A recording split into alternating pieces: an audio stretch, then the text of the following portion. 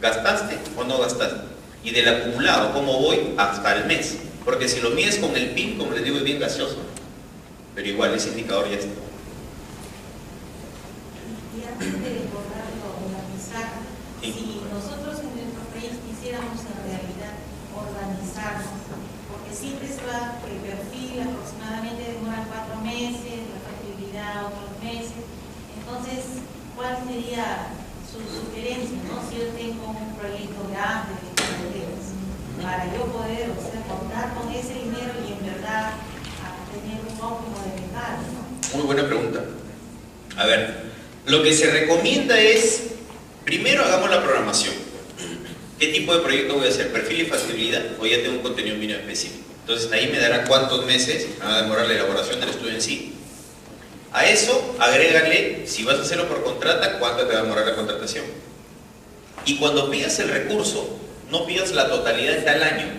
Mira este cronograma. ¿Ah? Por ejemplo, 280 cuesta la carretera. Y ahorita recién vamos a hacer todo esto. Entonces, no me pides 280 para el 2014. Porque acá yo voy a tener un gasto mínimo, acá un gasto mínimo, en el expediente también un gasto regular. Y quizá, viendo el cronograma, yo pueda llegar a dar algún adelanto, ¿no? Entonces, de los 280, en el 2014 quizás se convierta solo en 50 o 60 millones. Pero en el 2015, yo sí tendría que darte la diferencia porque ya voy a ejecutar. Pero ya está comprometida, ¿no? No, todavía. Por eso le digo. Esto también no lo tengo.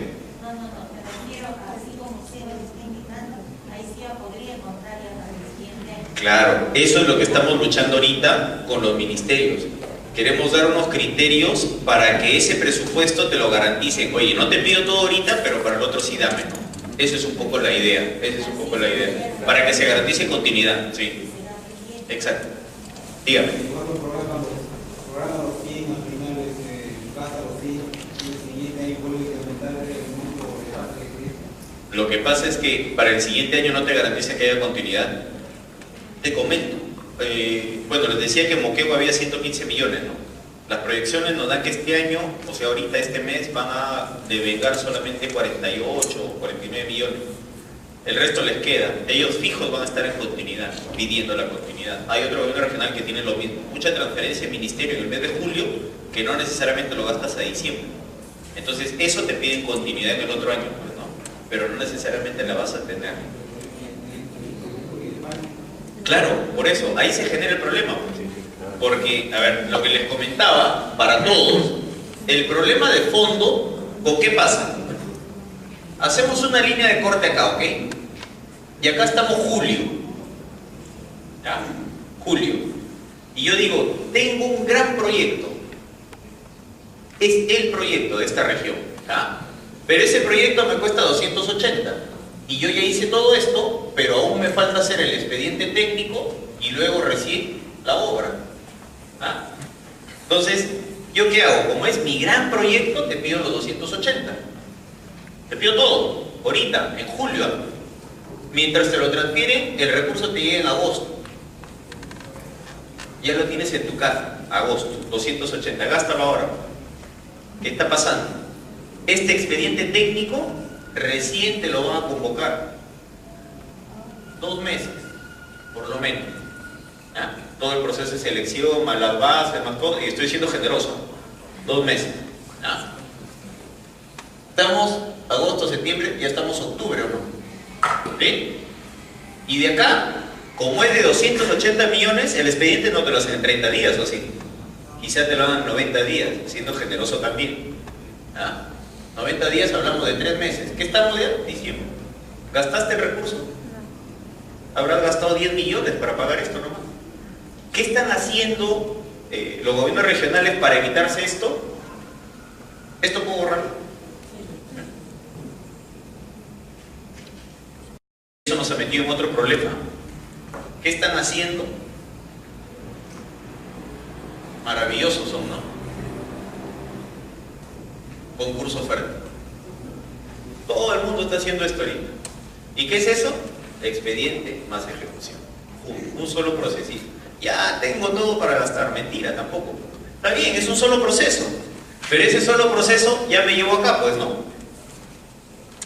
¿Entiendes? y al final el proceso que te hagan el expediente también.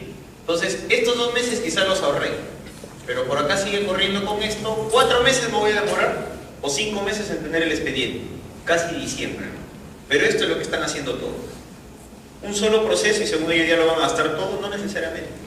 Porque primero tienes que hacer esto, aprobarlo todo y recién después puedes dar los adelantos de obra. ¿Ah? Pero ¿cuál es la jugada ahí?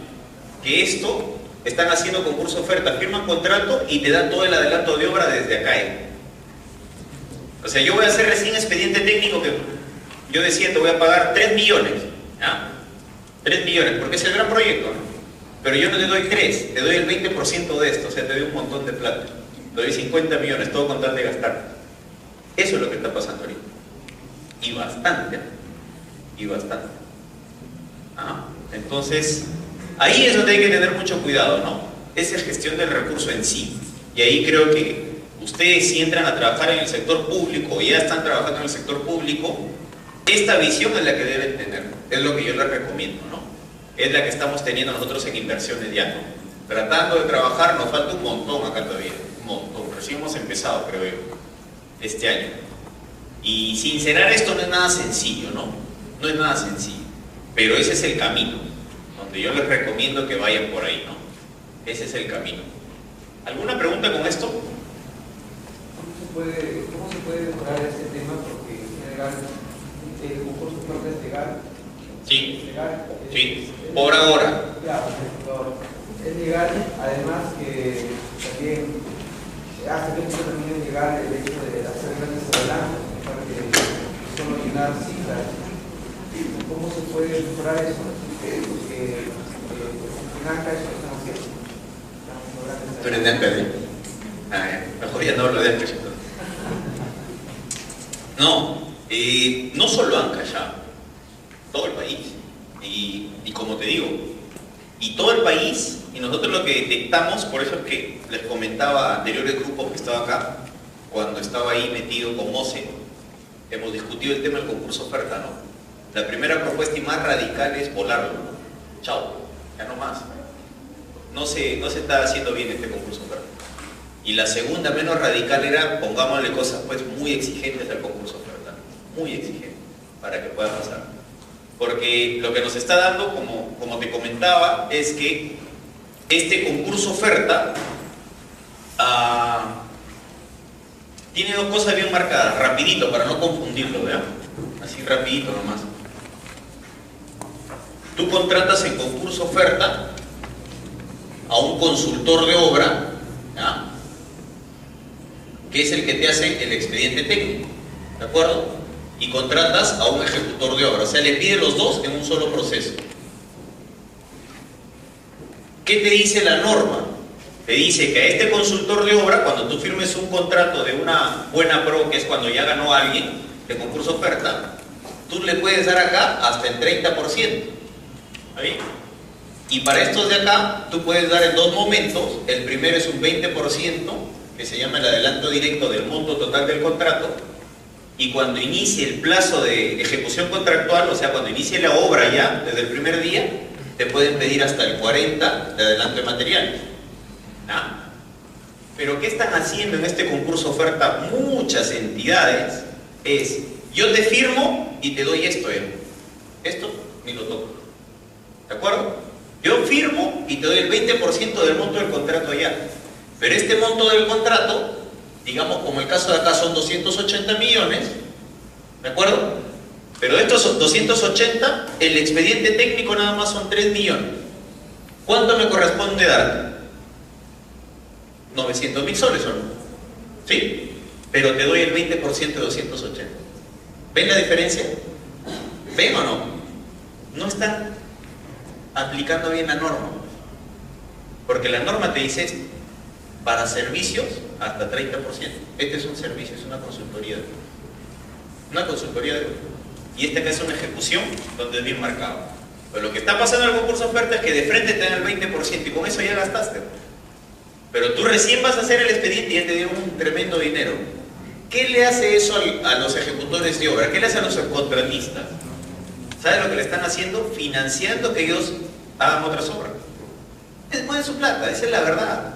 Mueven su plata y cuando ya llego a ejecutar la tuya, la muevo de allá para acá otra vez, porque ya me pagan y la muevo para acá. Eso es lo que pasa.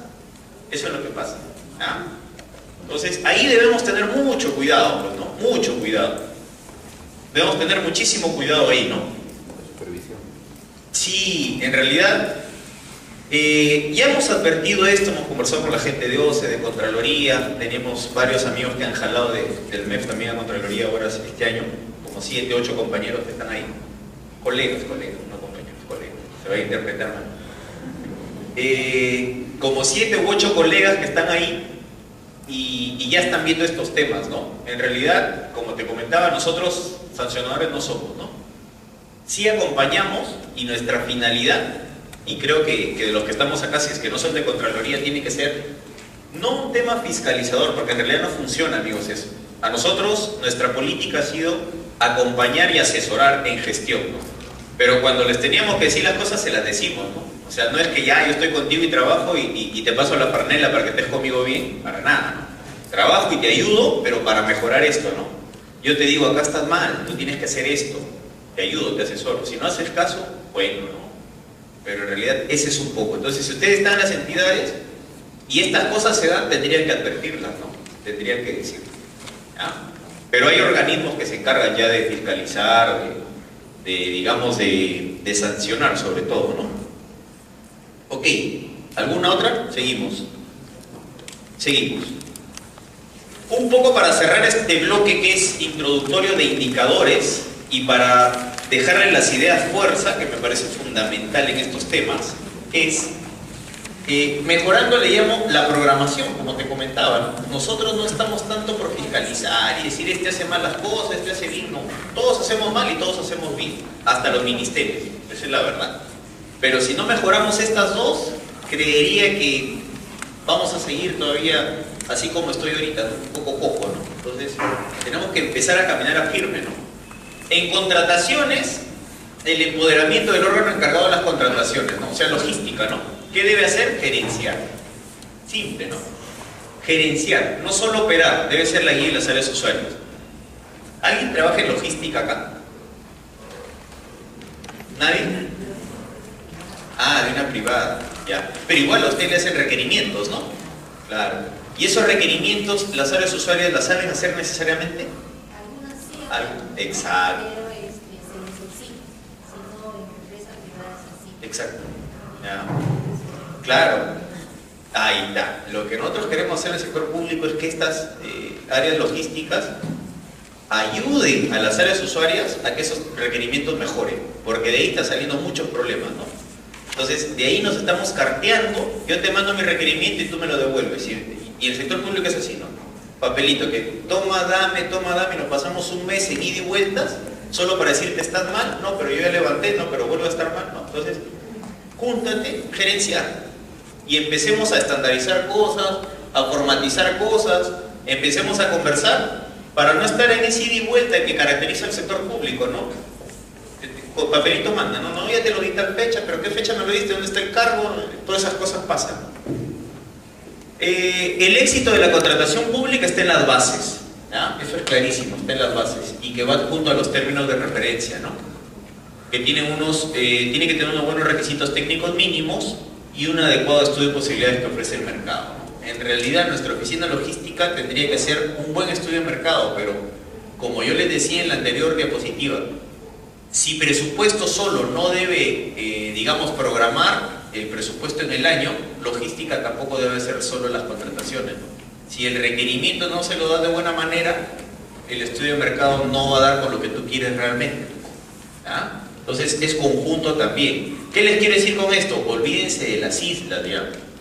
En el sector público ustedes tienen que olvidarse de las islas. Ya no es que, oye, un ratito, pues, yo soy formulador. A mí pídeme formular estudios, el resto no me interesa. El que tiene esa visión no va a progresar. O un ratito, yo soy opia, yo te evalúo, compadre, tú a mí no me digas nada. Yo te observo y se acabó el asunto. No, ya eso ya fue, ya ese de dinosaurio, ¿de acuerdo? Cambiemos el chip, ya no podemos seguir bajo esa manera, porque si no, lo único es, se estancan las inversiones, nada más. Entonces, debemos empezar a pensar en gestión, todo. ¿de acuerdo? En gestión. Ya no solo el tema, a mí me compete esto y no voy más allá. No vas a firmar nada, pero sí trabaja articuladamente. Donde no te compete, no firma. En presupuesto, el sinceramiento del PIB, ¿no? Debe reflejar lo ejecutable. ¿Me cuenta? Aquello que ya cuente con estudios definitivos. O sea, ¿qué era lo ejecutable? Que tenga expediente técnico. ¿Y cómo lo comprobamos que tiene? Con el formato 15. ¿De acuerdo? Creo que eso sí quedó, ¿no? Ejecutabilidad que tenga formato 15.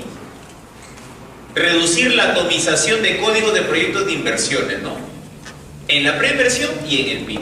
Esto es lo que les decía de la envergadura de proyectos, ¿no?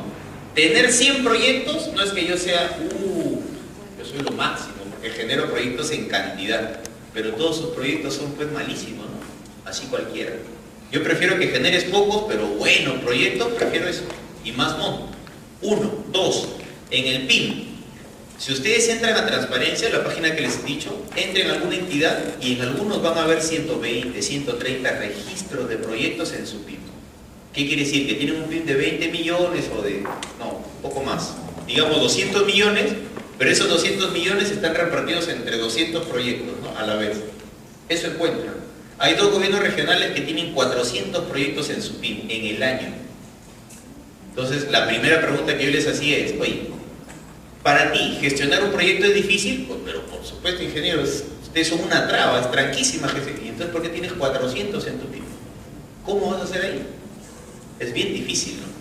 Entonces, lo que recomendamos es, reduce la atomización de los proyectos, ¿no? Manejar, acá más que control, es asignación presupuestal, ¿ya? Por favor, ahí corrija, no es control.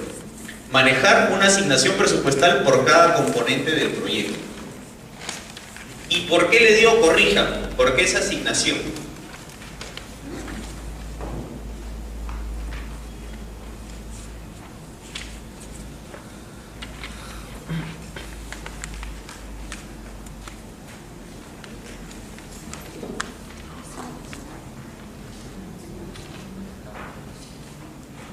A ver. Digamos, tenemos un PIB viable acá, ¿no?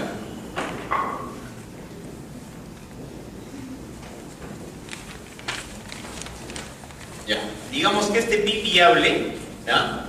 Tiene acá obra por 25 millones, tiene equipamiento más mobiliario por 7 millones, tiene por acá algo de capacitaciones por 1.5 millones. Ejemplo. ¿Ah? ¿Cuánto te da el total acá? 33.5, ¿no? Si no me equivoco. ¿Ah? ¿Ok? Este es el monto de inversión. ¿Por qué les digo manejar una asignación por cada componente? Porque cuando tú tienes acá el PIB viable, obviamente esto tiene un código. ¿Qué código tiene? STIM. ¿Ah? Esto tiene un código STIM. ¿De acuerdo? Y esto, cuando ya está viable, lo que hace la ejecutora, le pide a presupuesto que le cree un código CIAP. ¿Ya? Donde acá va a afectar todos los gastos del proyecto. Por cada proyecto se hace esto. ¿Ok? Eso es hasta ahora. Un plus que les doy, desde el 2014 se va a implementar lo que se llama el código único. Ya no va a haber 2 códigos. Va a primar el código STIM y ese para toda la vida. ¿Ok? Código único. Eso es nuevito. Entonces, bueno, lo que hemos quedado para el 2014, por lo menos desde enero, es que ya va a haber código único. Ojalá se implemente, pero en el 2014 se implementa. Para no tener 2 códigos, siempre nos decíamos, oye, 2 códigos ya te confunde, ¿no?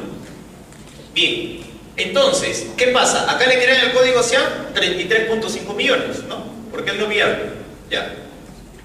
Entonces, lo que está pasando en la asignación es que lo primerito que hacen todos, ¿qué es?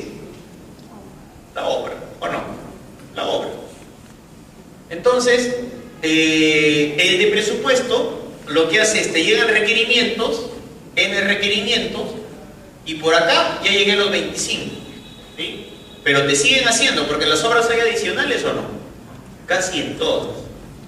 Y yo sigo pidiendo uno más, 2 más, Por acá ya estoy en 30 millones. ¿Ya? Pero yo le sigo dando plata. ¿Por qué? Porque lo creé por 33.5. Pero, ¿cuánto tenía en obra? Y yo nunca supe. Entonces, a eso voy cuando les pongo acá, manejar una asignación presupuestal. Uy, lo perdí, quedó empeñado, ¿no? Ah, no, acá. Manejar una asignación presupuestal por cada componente del proyecto. ¿Qué quiere decir? Que cuando el de presupuesto, o si ustedes trabajan en presupuesto, yo tengo que saber qué componentes tiene el PIB, uno, y qué techo tengo por cada uno de ellos. Entonces, si yo acá ya llegué a 25, ¿debo dar un sol más? Ya no debo dar, salvo que ya haya registrado ¿qué en el SNIP? A ver, ¿quién se acuerda? Cuando hay modificaciones en fase de inversión, ¿qué registro? El F16 o el F17, ¿no? O la verificación de viabilidad. Cuando tenga esos dos registros, yo puedo darle más plata, porque ya es como que la autorización, ¿no es cierto? ¿Estamos? ¿Quedó claro para todos o nuevamente? Esto es importante, ¿ah? Nuevamente, ya. Cuando hablo de asignación, no se olviden de cambiar esa palabrita, por favor. Yo tengo un PIB viable por 33.5, pero este PIB tiene 3 componentes. Lo que está pasando en la realidad es que al crearle el código SEAP, que es donde yo le afecto, un código SEAP es de cada proyecto, ¿ya? Es por un tema de transparencia, ahí veo cuánto he gastado ese PIB. Yo le voy dando 1, 2, 3, 4, 5, le voy dando, y acá llegué a 25, que es mi tope, ¿no?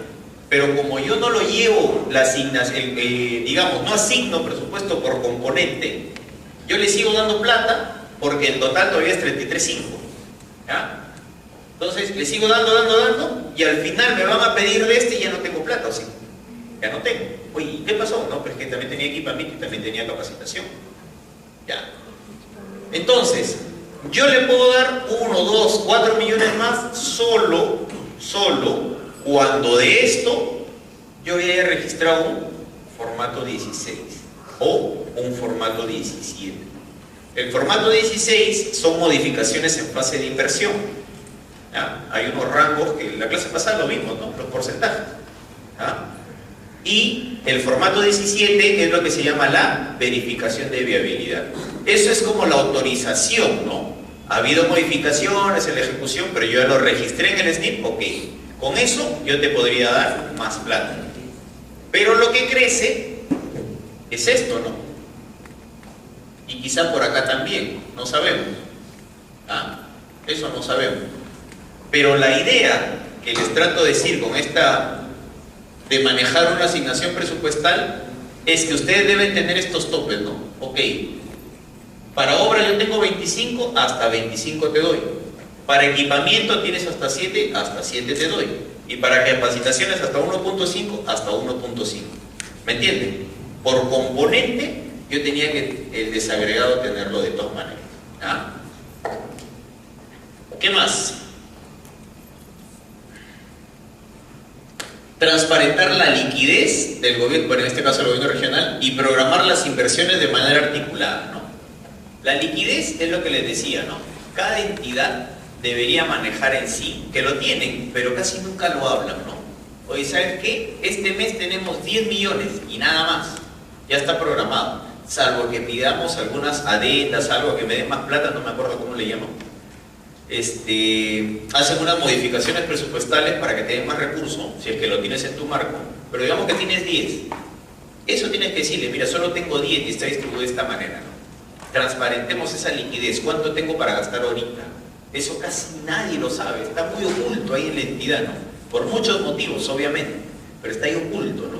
Entonces debemos empezar a transparentar liquidez y programar lo que ya les he hablado en varias oportunidades, las inversiones de manera articulada, ¿no? O sea, presupuesto, obras, estudios y proyectos, logística, todo junto, deben empezar a programar. Y por último, las inversiones, ¿no? Saneamiento físico legal del terreno. Uy, vamos avanzando más. Saneamiento físico legal del terreno, ¿por qué?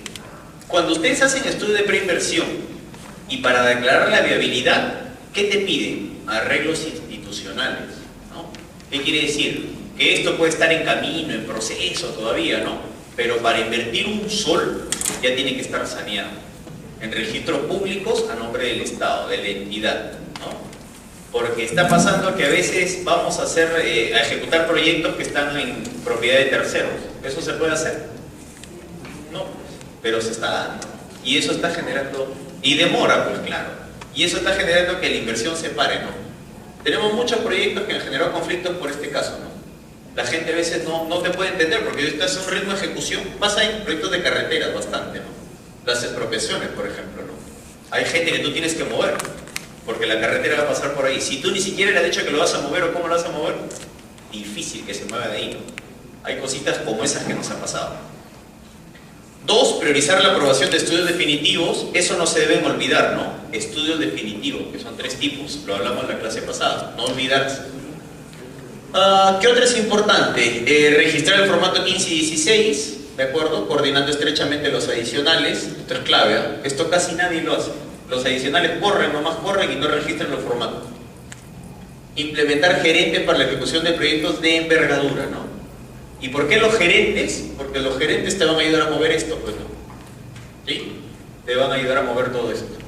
Que se ejecuten todos los componentes y que no solo se quede en la obra. ¿Ah? Que venga el equipo, que se capacite, que se hagan talleres, que se hagan todos los componentes que tú tenías, que se ejecuten todos. ¿Pero para qué? Para proyectos de envergadura nada más. De envergadura le llamamos de más de 10 millones por lo menos. Tiene que ser su proyecto grande. Y lo último que lo hemos hablado bastante es solicitar financiamiento de acuerdo a cronogramas. ¿Ven? Aquí aparece lo que hemos hablado. Multianualidad, ¿no? Un proyecto no se ejecuta en un año, ¿no? Un proyecto, todo el recurso en un año no lo vas a gastar. Hay cronogramas y de acuerdo a eso ves cuánto dinero necesitas por año. ¿Ah? Eso hay que empezar a mapear. Ok, preguntas hasta acá. ¿Alguna pregunta que tengan por ahí? Seguimos. Dime. Cuando sucede lo que ha hecho el ejemplo, cuando se llega a los 30 millones de colegio, ¿qué pasa? Porque normalmente algunas obras quedan sin mobiliario, y menos con una capacitación. ¿A quién se le puede exigir? ¿La entidad ejecutora? Luego dice que no da plata en medio. ¿Cómo sucede eso? Sí, claro. En realidad, a quien se le debe pedir es a la entidad, ¿no? Porque, a ver, hay 2 casos ahí. Una, donde puedes tener todo el dinero, ¿ya? Pero lo ejecutaste solo acá, ¿ya? Y entonces ya te faltó, pues, porque ni siquiera hiciste los registros respectivos para como que te utilice más plata. Es una, ¿ya? Ahí la entidad de todas maneras. Y 2, donde también creo que es la entidad, es cuando tú tienes esto y lo que yo te decía, ¿no? Tú lanzas, pero tú sabes que de los 33 millones solo tienes 17, ¿ya? Pero tú lo lanzas igual a proceso, no sé cómo, ¿ya? Pero lo lanzas. Entonces, ¿qué te genera esto? Que al comienzo vas a poder caminar, pero va a llegar un momento en donde, ups, ya me piden más y no tengo. Y es ahí donde están yendo a nosotros. Y bueno, fuera que vayan a pedir nomás, nos echan el pato. El MEF tiene la culpa porque no me da plata, dice. ¿Ah? Pero la gente no sabe que ellos han convocado con 17 millones. Eso es una irresponsabilidad, porque no tengo 18.5. Entonces, acá nos generan un problemón. ¿Por qué? Porque es la típica, y ustedes lo deben haber escuchado, el MEF traba las inversiones. O sea, no se ejecuta, el MEF traba, no da la plata. Mucho, no te quiero decir todo, porque hay cosas que mejorar aún, ¿no? Pero esto sí es irresponsable. Y esto es un caso real. Obviamente no te voy a decir de quién, eso no está bien. Pero, a ver, son 1, 2, 3, 4 entidades que así he visto. Con la autoridad máxima y las autoridades máximas del ministerio les hemos dicho esto. Y han tenido que reconocer que sí. Pero ¿qué hacemos si ya estamos en ejecución? Entonces, obviamente la gente se va a levantar porque no tiene por qué entender, ¿no? Tú ya le vendiste y ellos son mano de obra acá.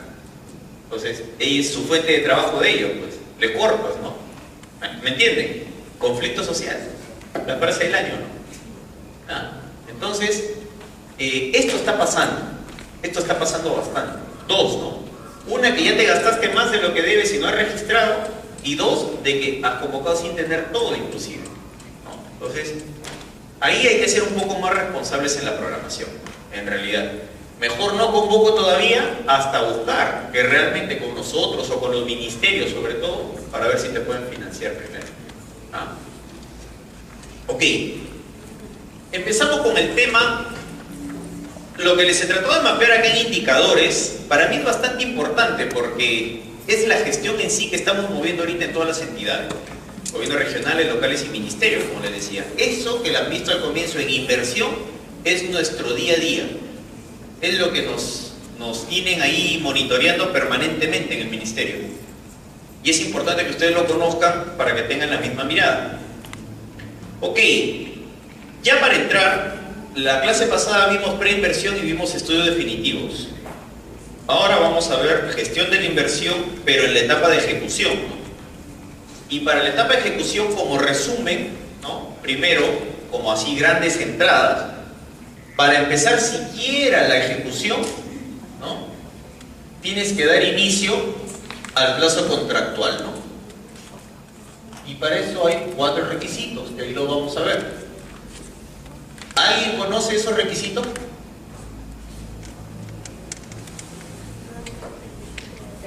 Para la ejecución de obra, digamos. ¿Alguien conoce? No. Bueno, el contrato de todas maneras, pues, ¿no?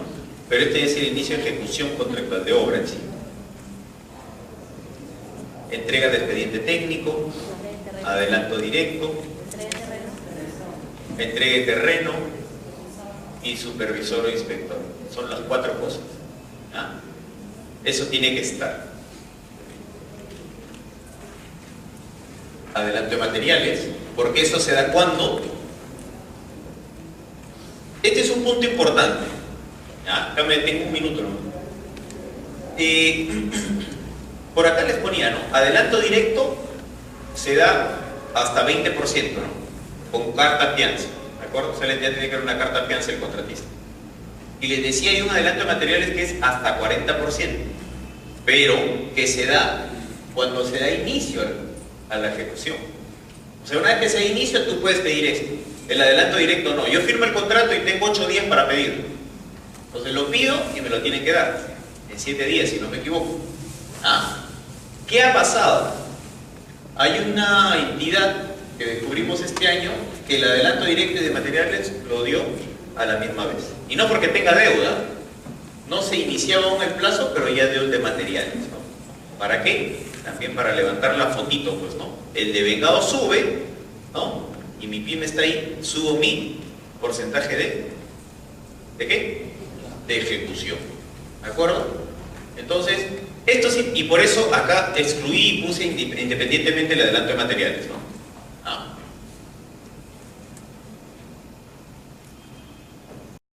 Un requerimiento, obviamente, cuando es ya sea administración directa o indirecta, acá siempre nace todo con ¿qué? ¿Con un requerimiento o no? Claro, todo nace con un requerimiento. Si la obra la voy a ejecutar por contrata, tengo que hacer un requerimiento, ¿o no? Tengo que hacer un requerimiento. ¿Y le adjunto qué cuando voy a ejecutar? El TDR. Pero ¿y el TDR qué viene a hacer para ejecuciones de obra? El expediente técnico. ¿Ah? Y si es administración directa, en base al expediente técnico, un ingeniero residente va a hacer el requerimiento. Eso lo vamos a ver paso por paso. ¿Ah? De salidas, ¿qué tenemos en la ejecución? La recepción. ¿Sí? La recepción. Eso usualmente, sí, casi todos lo hacen, ¿no? Recepción de obra, hasta de equipos es casi todo, ¿no? Hacen sus cosas, pero así le llaman, ¿no? Eso casi todos. Acá ya baja el caso, ¿no? En liquidación, en contrata, casi todos liquidan. Cuando es por administración directa, pocos liquidan. Llegan a recepcionar nomás y ahí se olvidan del asunto. Ya no liquidan nada, ¿eh? Y acá ya es un sueño, ¿no? Es como decir que Perú va al mundial. cierre, ¿no? ¿Sí? Ni con el mago lo hacemos. Entonces, el cierre, ¿no? Acá, en realidad ya queremos empezar a mover más piezas acá porque los proyectos de inversión pública no se están cerrando, ¿ya? Y un proyecto tiene que cerrarse. Ahí muere realmente el proyecto, pero no lo cerramos. No sabemos cuánto nos ha costado al final la inversión, porque llegamos a recepcionar y a lo mucho llegamos a liquidar, y a lo mucho. Pero a cerrar no estamos llegando. Entonces, es una cosa aún pendiente que nos queda como sistema a nosotros para reforzarlo. Entonces, como siempre hay dos modalidades, ¿no?, para ejecución: administración directa y administración indirecta o contrata, ¿no? En administración directa, un cuadrito así como para dar unos pasos, designo primero el residente, ¿no? Tengo que designar de todas maneras el residente de obra. Designo inspector o contrato un supervisor. Inspector cuando es de planta, cuando es de la entidad misma. Yo tengo ingenieros, arquitectos, a uno de ellos lo designo y le digo, tú vas a ser inspector de esta obra. Okay, lo designo. Y supervisor cuando voy a contratar a alguien, ¿no?, que venga externo a supervisar. La entrega de terreno, compatibilidad de terreno muchas veces, requerimientos. ¿Quién hace los requerimientos? El residente, ¿no? ¿Requerimientos de qué? De personal, de bienes, servicios. Contratación y adquisición de personal, bienes, servicios. La ejecución, conclusión, recepción, liquidación, transferencia, cierre, ¿no? Es unos pasitos que los vamos a ver a continuación. A ver, ¿qué saco de esto? Hay una confusión en las entidades de la ejecución por administración directa, ¿no? Nos pasemos por varias entidades y nos dicen, yo les pregunto, ¿y qué modalidad? Directa, bacán, ya. Y cuéntame, ¿cómo vas? ¿Y este gasto a qué se debe? No, es que estoy alquilando maquinaria. Ya, una. Dos, ¿y cuánto pagas de planilla? Todo esto es que he contratado a todos. O sea, he contratado personal, he alquilado maquinaria, ¿de acuerdo? ¿Eso es directa? ¿O le estoy sacando la vuelta a la norma? Completamente. Pero así, completamente. Pero nadie le dice nada todavía. En realidad, directa, y lo vamos a ver a continuación, para que siquiera podamos pensar, porque, a ver, si no recuerdo, la Constitución lo que decía era, puedes ejecutar por administración directa cuando en el mercado no hay alguien que te pueda ofertar. O sea, no haya contratistas, no haya, estás en el fin del mundo, donde no hay nadie que te haga nada, la entidad lo puede asumir, ¿ya? Pero, digamos, ahí como estamos ahora, los contratistas llegan hasta el fin del mundo también, ya llegan bien lejos, ¿ya? Tengo amigos de acá de Trujillo que están por el rincón de la libertad y les digo, te va bien, le digo, te va bien, pásame la boca si quieres. ¿Con qué deben contar? Miren, tres cosas básicas, ¿no? Tres cosas básicas. Y que no la estamos viendo en realidad, ¿no? Primero, ¿tengo presupuesto? Para empezar. ¿Tengo presupuesto o no tengo presupuesto? Ya eso es clave, ¿no? Y ahí, lo que le comentaba a su compañero, de 33 millones de repente solo tengo 17, pero yo ya le empiezo, pues ya en el camino veo, no te preocupes, en el camino veo cómo lo consigo. Como si habláramos de un sol, 2 soles, ¿no? Hablamos de millones, ¿no? Entonces, definitivamente, tener esa asignación presupuestal en su totalidad. Y si no en su totalidad, que yo empiece sabiendo que ya hice esta planificación, que para el otro año ese recurso ya lo tengo destinado. Perfecto. Ahí es justificado, ¿de acuerdo? Pero si yo empiezo y veré después, eso sí no es justificado. 2. ¿Qué debo tener? Personal técnico y administrativo. ¿Qué quiere decir? De que acá tengo que tener todo un staff de ingenieros, de arquitectos, de topógrafos, ¿no? Quizá no de estudio de suelo, porque eso lo puedo mandar a hacer, pero sí todo el personal que debe manejar la residencia, la asistencia de obra y cargos ahí puntuales. Yo debería tener ese personal, pero lo que hacen las entidades es las contratan, ¿ya? Y ahí lo que estoy haciendo es sacándole la vuelta a la norma, porque no tengo en planta. Directa es cuando yo tengo todo en planta, ¿ya? Y 2, administrativo. ¿Por qué? Porque es algo que no lo vemos, ¿no? Pensamos que los proyectos se van a ejecutar, ya yo tengo los especialistas y los ejecuto, pero no nos damos cuenta que el proceso administrativo es muy fuerte. ¿Qué les quiero decir? Yo tengo que comprar materiales, porque cuando es directa el cemento, el fierro, el agregado, ¿tengo que comprarlo? Sí, tengo que hacer proceso. ¿Y ese proceso quién lo hace? ¿Quién hace ese proceso? ¿Logística o no? Ya. Y si no tengo una buena oficina de logística, este requerimiento que me está haciendo el ingeniero residente y que dice, de acá estamos diciembre, en marzo yo empiezo la obra y en marzo me tiene que llegar este primer paquete. ¿Y si no llega en marzo? ¿No es cierto? ¿O qué hago?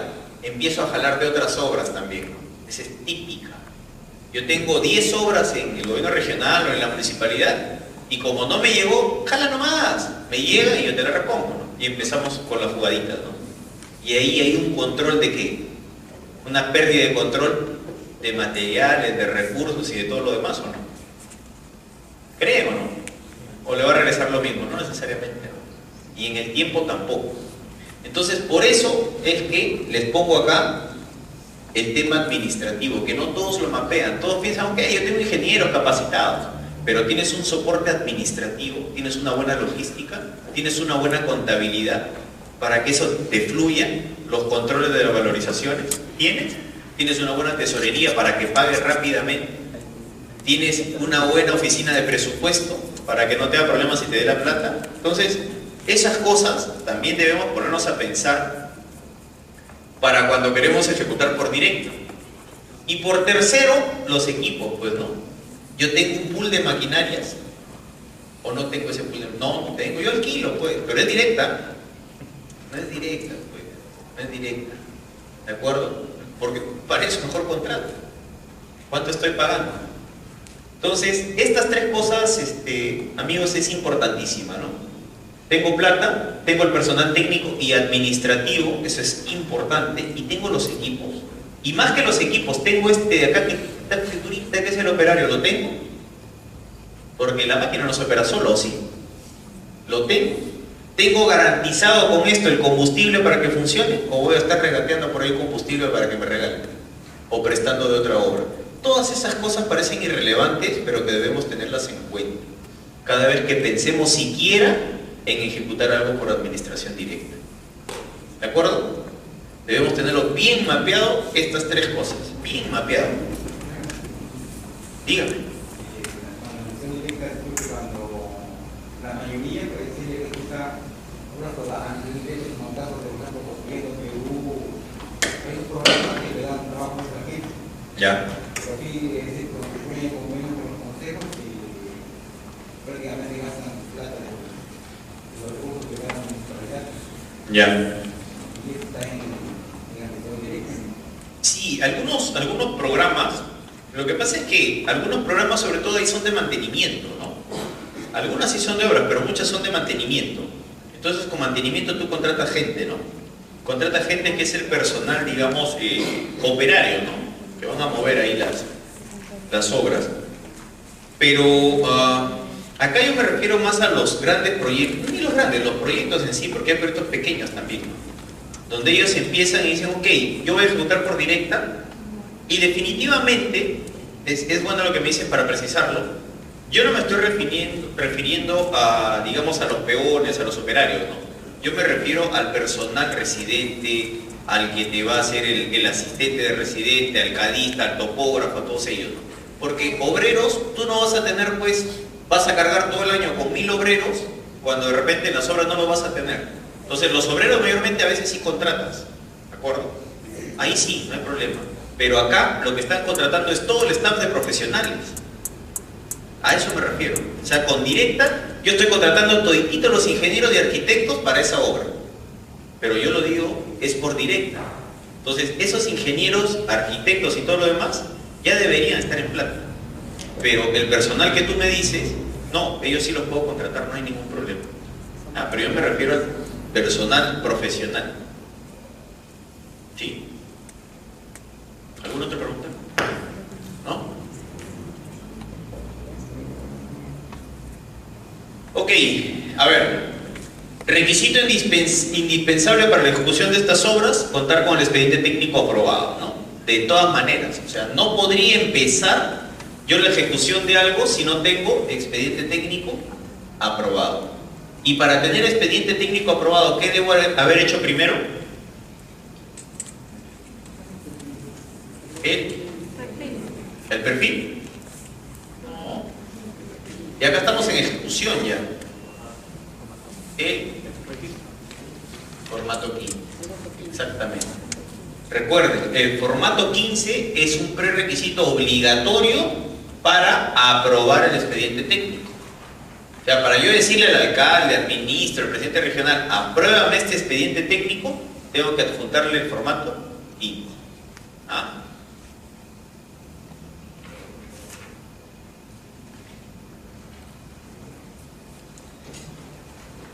En la etapa de construcción, la entidad dispondrá de un cuaderno de obra debidamente foliado y legalizado. ¿Cuándo se apertura este cuaderno de obra? ¿Quién sabe?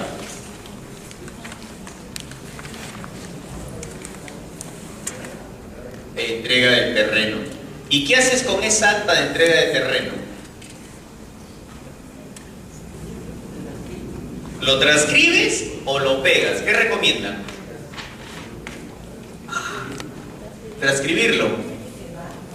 Ya, a ver, 1-1 vamos. A ver si llegamos al resultado de la primera final. ¿Cuál fue? 3-2, ¿no?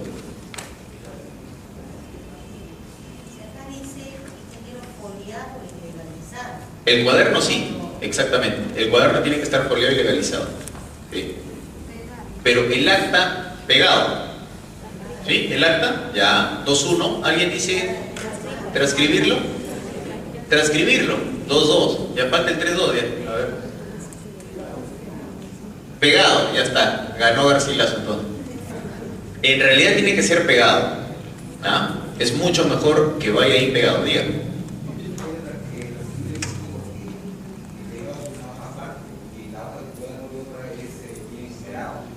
No, claro. No necesariamente, ¿ah? Sí, claro. Sí, claro. Lo que pasa es que el cuaderno de obra ya viene legalizado. El primer día ya todas las hojas están firmadas, ¿vea? Está legalizado toditito, ¿no? Entonces, lo que tú transcribas de ahí, las firmas van a seguir ahí y tú firmas, ¿no? ¿Quién firma ahí? El residente y el supervisor, ¿no es cierto? Pero el acta, ¿por qué se recomienda? Porque a veces en la transcripción, pues cosas van, cosas vienen, ¿no? ¿Me entiendes? O sea, cosas van, cosas vienen. Entonces es mejor que tal cual esté el acta para evitarte problemas, simplemente pégalo, ya está. Obviamente no le tapes el número pues de la hoja del cuaderno, ¿no? Porque usualmente están en inferior derecho, si no me equivoco. No, al medio creo que están, ¿no? Sí, ¿no? No, la numeración está, no, arriba está, superior derecho está, dígame, superior derecho, ¿no es cierto? Claro, sí. Sí, por eso, o sea, lo único que hay que tener cuidado es que esa acta entre en el pegado, no te tape ninguno de los números y te dé espacio para la firma también, ¿no? De todas maneras. ¿Ya? ¿Qué más? A ver. La entidad contará, dice, con una unidad orgánica responsable de cautelar la supervisión de las obras programadas. A ver, esto es importante, ¿no? Porque, digamos,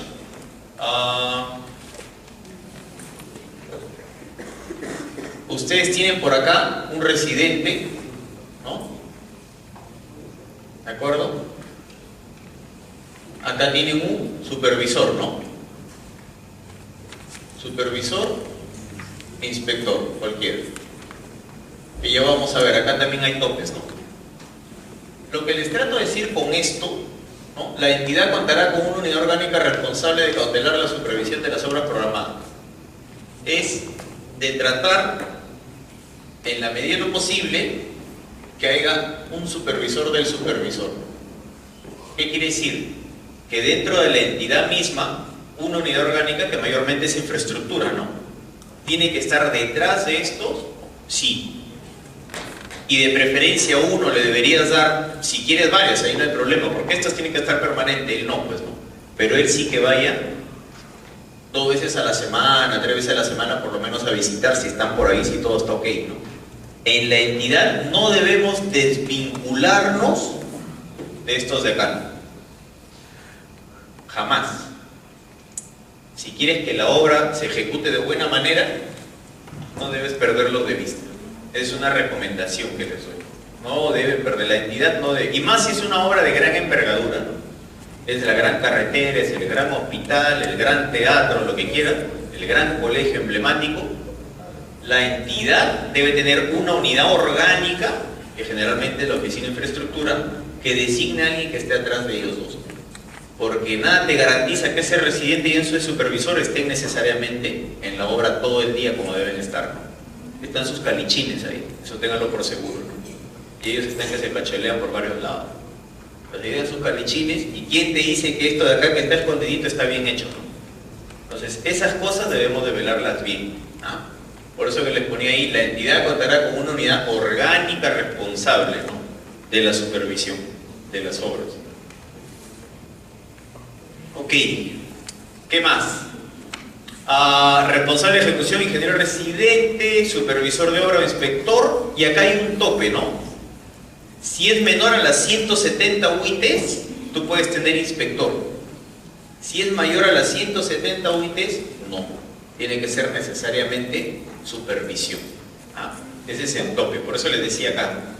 Supervisor o inspector, pero entre esto hay un tope, una valla, ¿no? Si es menor a las 170 UITs, yo puedo elegir cualquiera de las dos. Pero si es mayor a las 170 UITs, necesariamente supervisor, o sea, externo. La UIT este año era 3.700, si no me equivoco. 3.700, ¿no? Sí. Entonces son, claro, ¿no? 3.700. 170 UITs. A ver, ¿qué se ha dado en casos reales, de obras de acá, inclusive de Trujillo también varias? ¿Qué harían ustedes? A ver, estamos en un proceso para una obra relativamente grande y usualmente lo que se hace es se convoca para la ejecución y por ahí le das un tiempito y convocas para la supervisión, ¿no? Porque tienes que tener a los dos, pues. Digamos que ya la ejecución va bien, camina bien, no tiene impugnación, no tiene observación, no tiene nada, pero la supervisión se declaró de cierre y esta obra es de 15 millones de soles, pongamos. ¿Qué hacen? ¿Nombran inspector hasta que vuelvan a convocar al supervisor o esperan para la segunda convocatoria de la supervisión? ¿Qué harían? A ver, nuevamente, tenemos un proyecto regularmente mediano, 15 millones, he convocado para la ejecución, está caminando todo bien, es más, ya tengo al contratista para firme contrato, pero a la par yo he convocado a la supervisión también, ¿no? Porque tienen que llegar los dos. Pero la supervisión se cayó, desierto. Desierto es cuando no ganó nadie o no se presentó a nadie. Entonces tengo que volver a convocar. Pero es 15 millones, mayor a las 170 UITs. Sí, ¿no es cierto? Sí. ¿Qué harían? Convocan provisionalmente o designan, provisionalmente a una inspección, ¿sí?, o un equipo inspector, porque es una obra relativamente grande, o esperan la segunda convocatoria para tener a la supervisión. Ya, un inspector. ¿Alguien más? Depende. Segunda convocatoria, ok. Segunda convocatoria, ok, vamos 2-1. Por ahí. ¿Qué dicen? Están debatiendo como en el Congreso, sus colegas.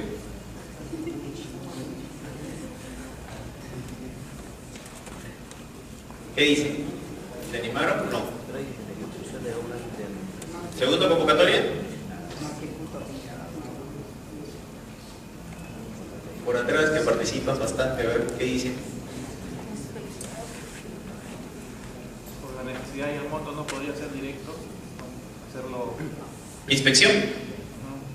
Ya. 3.2. En realidad, ese es un problemita que nos generó, y lo conversé con Mose también, entre varias cosas que lo conversaba, porque están viendo unos temas de